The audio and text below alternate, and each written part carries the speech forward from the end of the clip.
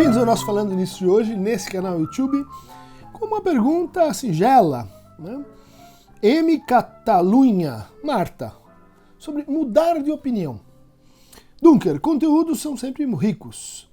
Você pode nos explicar como uma pessoa pode ter uma mudança radical de visão de mundo?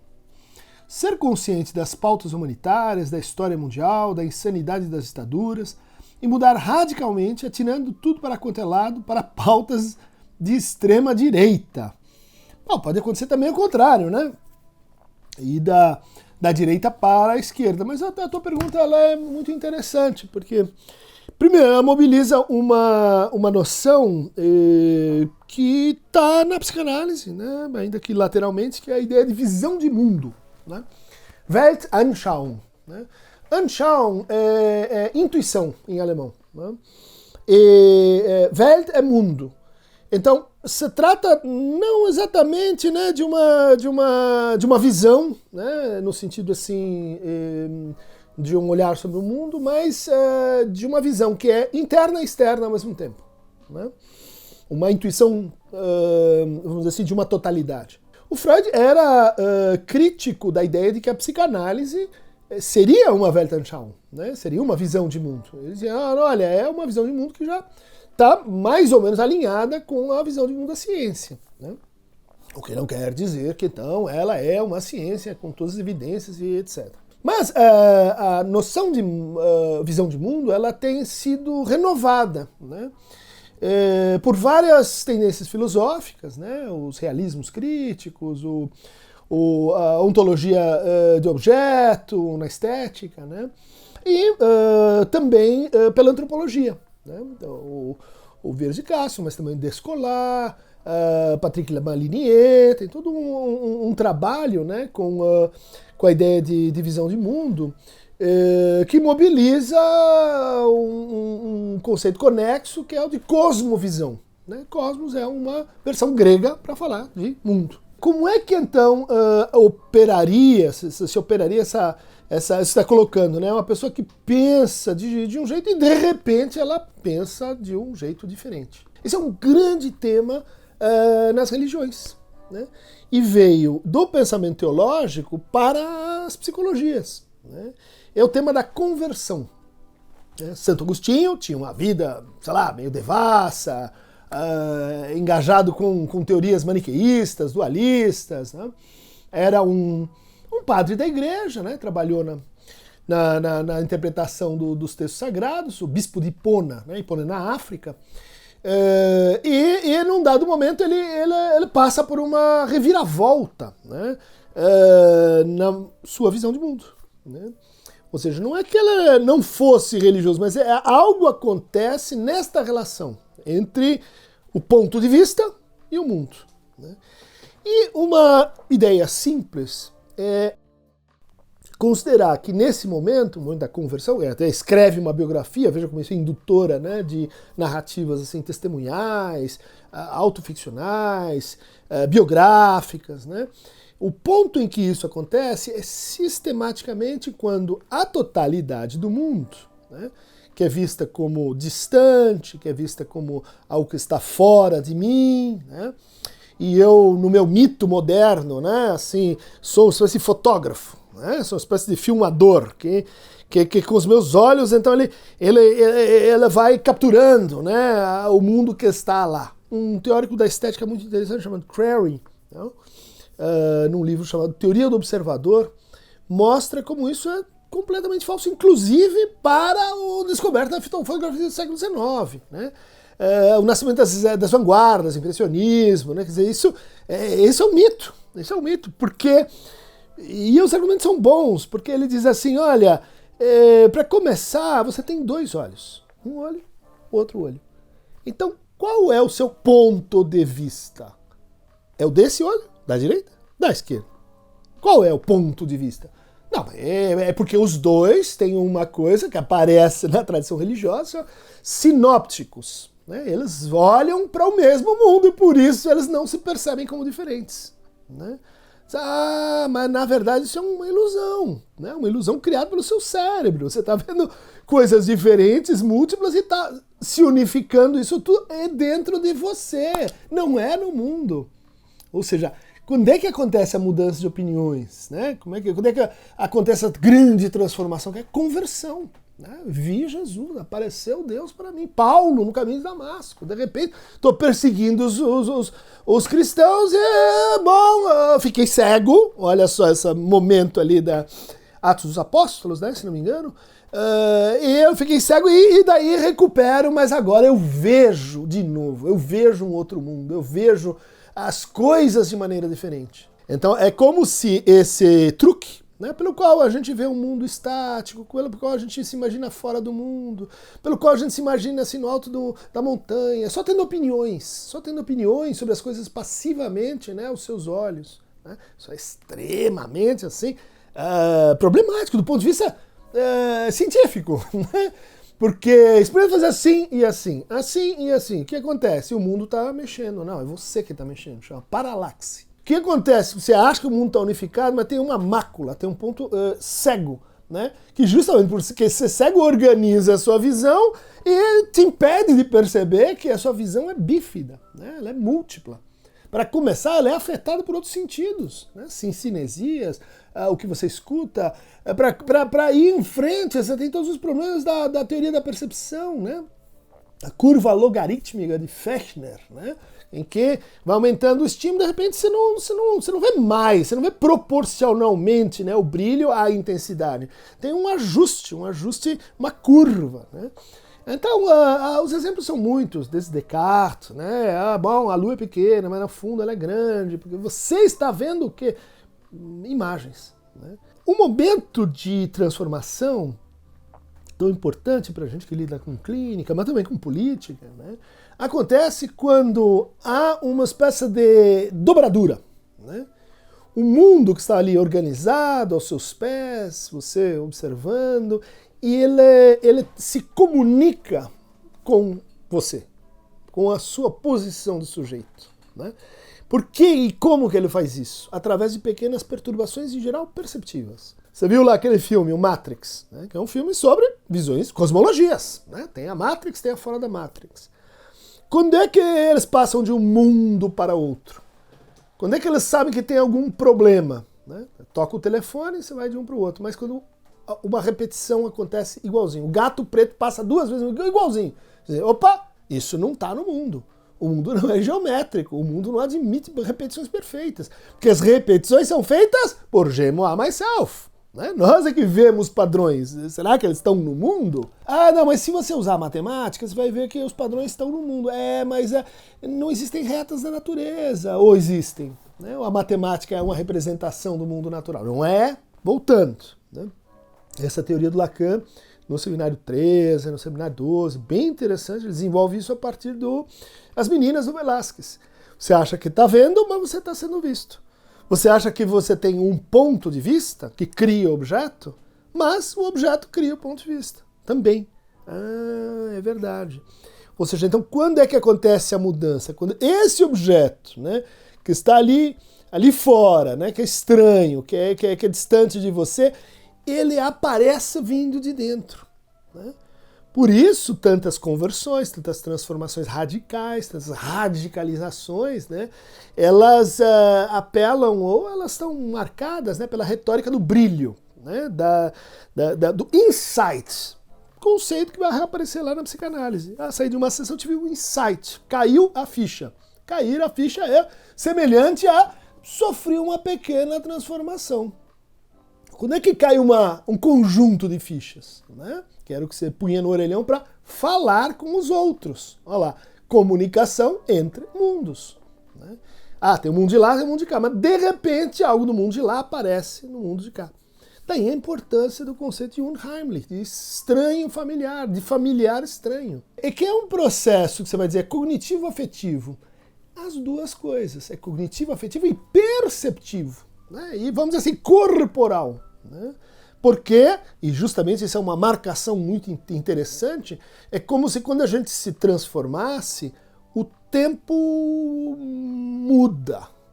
O tempo parou, o tempo acelerou, o tempo voltou, o tempo adiantou.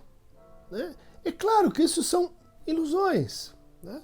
Mas o que não são ilusões? É nós vendo cientificamente o mundo? Não, isso é uma ilusão controlada. Né? Você cria métodos para diminuir, né, os efeitos de relativização que vêm com isso. Né? Cosmovisões, visões de mundo, elas então estão muito ligadas a experiências que na história, né, a gente olha, são ou de conversão ou de iniciação. Muitos, vamos pensar, né, essas transformações elas acontecem com todo mundo. Né? O que significa? Para a nossa cultura, claro, veja aí a importância, né, da experiência de intrusão do outro no sujeito, né, no seu suposto objeto. Né? Mas vamos pensar o que acontece com todo mundo quando você deixa de ser criança. Virei adulto. Não estava a visão de mundo de criança, visão de mundo infantil, desejo de criança. Opa, aconteceu uma coisa comigo. Muda a minha cosmovisão. Você vai dizer, mas tá em continuidade. Mas é uma transformação dentro do contínuo. Quando você se torna adulto, outra transformação. Quando você envelhece, outra transformação. Ou seja, então se pergunte sobre essas transformações e a gente vai entender como funciona a gramática geral das transformações, né? Que é o que você está querendo. E que muitas vezes vai depender, e essa é a dificuldade de mudança de posição política, né? Vai depender de você ter uma experiência pessoal com alguém. Experiências impessoais pode ser com você mesmo, mas daí é você mesmo como outro. Tomei uma ayahuasca, fumei, tive uma experiência de quase morte. Né? Opa, vi coisas estranhas. Olha só, experimento a existência de coisas que não estavam no meu mundo, que eram externas ao meu mundo. E quando isso acontece, eu digo, preciso reajustar meu mundo, e ao reajustar meu mundo, eu me reajusto. Porque essa diferença, que eu estou tentando mostrar, é uma diferença que não é olho-tela, é uma garrafa de Klein. Né? O olhar passa pela imagem, pelo objeto, e ele se comunica com esse aberto que é você. Então tem o você fechado e tem o você aberto. Só que o aberto e o fechado, veja lá uma garrafa de Klein, a gente tem até um vídeo sobre isso, eles são intercomunicantes. Como o familiar e o estranho, o próximo e o distante, como o vivo e o morto, como o oculto e o revelado. As 4 figuras, né, da gramática do estranhamento. Então, para poder, né, mudar de posição, você precisa, né, ter essa surpresa ou estranhamento com o mundo. Vejam só como é que é uma obra de arte, uma boa obra de arte, aquela que nos toca, pode ser intrinsecamente ruim, mas aquele filme de sessão da tarde, que nem existe mais, mas que você, eu mudei depois daquele filme. Né? Por quê? Porque ele te apresenta e te convida para um mundo onde vai acontecer justamente essa operação, né, de surpresa, puxa, nunca tinha pensado nisso, ou estranhamento. Nunca tinha pensado, mas isso gera uma insegurança ontológica. O que define a nossa ontologia das opiniões? Essas identificações. Né? Eu me identifico com o mundo. Né? Eu vou construindo esse mundo, e a minha crítica aos condomínios é uma extensão, é um capítulo particular disso. Né? Quer dizer, eu me identifico com o meu mundo, e eu vou fazendo esse mundo crescer, e daí eu vou querendo impor esse mundo aos outros. E daí confusão. Daí a confusão, porque aquilo que é próprio, né, e funciona bem para 2 olhos na sua pequena ilusão, vai funcionar muito mal quando você começa a patrocinar um processo, vamos dizer assim, que é o processo que está em jogo na colonização. Né? Mas também é o processo que está em jogo nas pequenas chateações que as pessoas se impõem. Né? E muitas delas estão baseadas no seguinte: tem que gozar como eu. Não, mas peraí, mas não, esse é o gozo correto. Ou seja, visão de mundo é uma forma de gozo. Né? A visão de mundo é uma gramática de como é que nesse mundo você vai expandindo ali desdobramentos de si, do seu entendimento do que são as coisas. E isso vai para onde? Vai para colonizar os outros. Vai para dominar os outros, vai para Vai para o quê? Aí entra a antropologia. O que vai acontecer no choque de mundos? Né? O que vai acontecer na borda entre mundos? Né? Que é a borda de transformação. Né? Na torção, na dupla torção assimétrica, né? Que caracteriza a garrafa de Klein, mas que já está lá, uma torção, né, na banda de Moebius. O que vai aparecer aí? É a figura do xamã. É a figura do analista simbólico, é a figura do tradutor, do poliglota, do andrógeno, daquele que é o trickster, é a figura liminar, aquele que vive entre mundos. Por que esse canal homenageia, né, o Aqueronta? Por causa do Freud, claro, ele citou, mas Aqueronta é um personagem intervalar entre dois mundos, entre a vida e a morte, né? Por isso tem o Cérbero, Prosépina, tem as figuras marginais e tem o que faz a travessia. Né? Então, para que aconteça isso que você está perguntando, transformações, ritos de passagem, conversões, mutações, né? Iluminações, samadhi, nirvana, tem o rock, mas tem o... Você precisa de um conjunto de operações de traduções imperfeitas. Né? Você vai traduzindo, você vai comendo, você vai traduzindo. Essa é a antropofagia mais simples de entender. Né? Você vai comendo o outro te come. Né? Qual dos mundos? Né? Tua intenção e etc. Né? A teoria da transformação que eu estou apresentando aqui, deve ter muitas outras, né? Ela vai dizer assim, a transformação acontece quando você tem uma mediação impossível. Quando você tenta, de todas as formas, integrar, mudar, assimilar, colonizar, e não dá certo. Você diz assim, pô, mas tem uma coisa que não é nem esse mundo e nem é o meu mundo. Que coisa é essa? É um terceiro mundo? É um imundo? Heidegger. É um paramundo? Não sei. Aí começam especulações de todo tipo. Pensar as transformações políticas depende dessa, vamos dizer assim, metateoria de como as transformações acontecem. E daí você pode ver aí o que é a diferença entre a esquerda, a direita, entre liberais, conservadores, progressistas. São teorias de transformação. Não é que cada um tem uma pauta, não é só que cada um tem uma agenda. Cada um entende que o mundo e as pessoas se transformam por diferentes motivos, por diferentes razões. Né? Na psicanálise a gente vai ter um elemento que é o seguinte, e que vale a pena insistir. Por que a gente se transforma? Porque a camisa ficou curta, ou a barriga ficou grande, né? É porque acontece um tipo de sofrimento. Ou então, porque acontece um outro tipo, assim, meio de sofrimento prazeroso que a gente chama de amor. Né? Ou seja, ou pelo amor, ou pela dor. O que é o sintoma? Cruzamento das duas. Você ama através do seu sintoma, você ama o seu sintoma, mas ele também é um saco, é um limitador, ela não deixa as coisas, o desejo circular. Pois é, então, é por isso que a psicanálise, ela requer, né, que aquele sujeito, ele de alguma forma traga, né, divida com você, olha, estou sofrendo. O que significa eu estou sofrendo? Quero outro mundo. Então vamos ver se a gente inventa outro mundo. Outro mundo não é juízo final necessariamente, né? É um outro mundo que geralmente é dentro mesmo desse. E o que eu faço com os mundos que eu não consigo pôr dentro desse, né? Que é o nosso mundo ampliado? Esses são os mais legais. Esses são os artistas radicais, esses são os evolucionários. Só aqueles que estão dizendo, não, vamos pensar um mundo que ainda nem tem muita imagem, a gente nem sabe direito o que é, mas não é para lá que nós vamos. Então fica com essa ideia, né, de que existe uma homologia entre transformações políticas, né, transformações pessoais, psicológicas, né, e transformações sociais.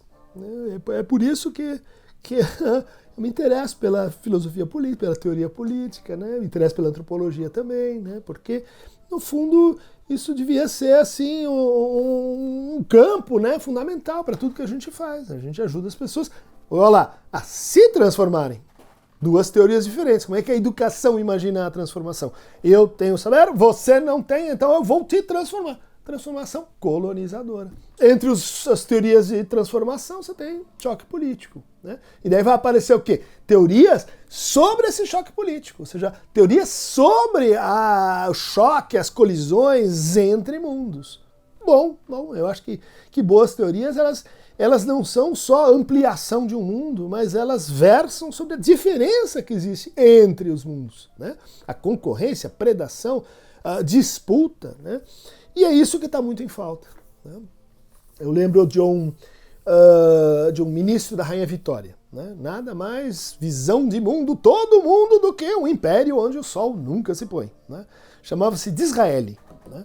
E o Disraeli era judeu e trabalhava como ministro da Rainha Vitória, mas ele decidiu, olha lá, que alguma coisa de diferente precisava ser introduzida no universo político. Ele não era nobre, ele era de um grupo relativamente marginal, mas tinha ascendido na vida, mas ele se sentia então que meio entre mundos. O que ele começa então a praticar? Uma coisa que hoje a gente diria, né? Transtorno de personalidade histriônica. Na época chamava-se dandismo, né? Ele começa a usar anéis, pulseiras, perfumes, ele começa a vestir vestidos coloridos, vestes, né? Coletes coloridos, e ela se torna um personagem que, com a própria experiência dele, vai transmitindo, né, que é possível transformar mundos. O que ele dizia sobre opiniões, né? Ele uma vez foi viajar para, acho que era Lake District, um conjunto de lagos muito bonitos, onde tem uma tradição literária muito importante, né, o Morro dos Ventos Uivantes, Irmãs Brontë, ali naquela região, perto de Manchester, né? E eu estava vendo os lagos, são vários lagos, e daí alguém pergunta, um jornalista pergunta, né? Qual a sua opinião sobre o lago mais bonito? Qual lago você gostou mais? E daí ele olha para o cara, né? Olha lá, né? Qual a sua visão de mundo? Que lugar tem os lagos? Qual é o melhor lago na sua visão de mundo? Né? Ele chama o secretário dele. Ei, secretário, diz aí, qual que é a minha opinião sobre lagos? Porque no fundo eu acho opiniões, né? Ter opiniões, uma coisa tão vulgar, né? Uma coisa tão, vamos dizer assim, simplória, que eu vou terceirizar a minha opinião sobre os lagos, né? Acho que é uma lição para a nossa época. A gente adora ter opiniões, que todo mundo se mata por causa de opiniões, né? E pouca gente está realmente interessada nas transiências entre mundos, né? Nos choques entre mundos, né? Vamos lá. Então, transformações é a nossa matéria-prima aqui, que não tá. Então, transformar, vivo e morto, próximo e distante, né? Espero ter ajudado, né? Não sei se compliquei mais ainda quais são as condições para que aconteça isso, né? É tão legal a gente ver, né? Quando alguém se apaixona, você começa a virar aquela outra pessoa, se transformando, você muda as suas opiniões, você muda de política e tal. Por isso também que os políticos adoram, né, fazer você se apaixonar para entregar as suas opiniões, né? Inclusive na hora do voto. Não faça isso. Pensa por si, né? Chore por mim, não chore por ele.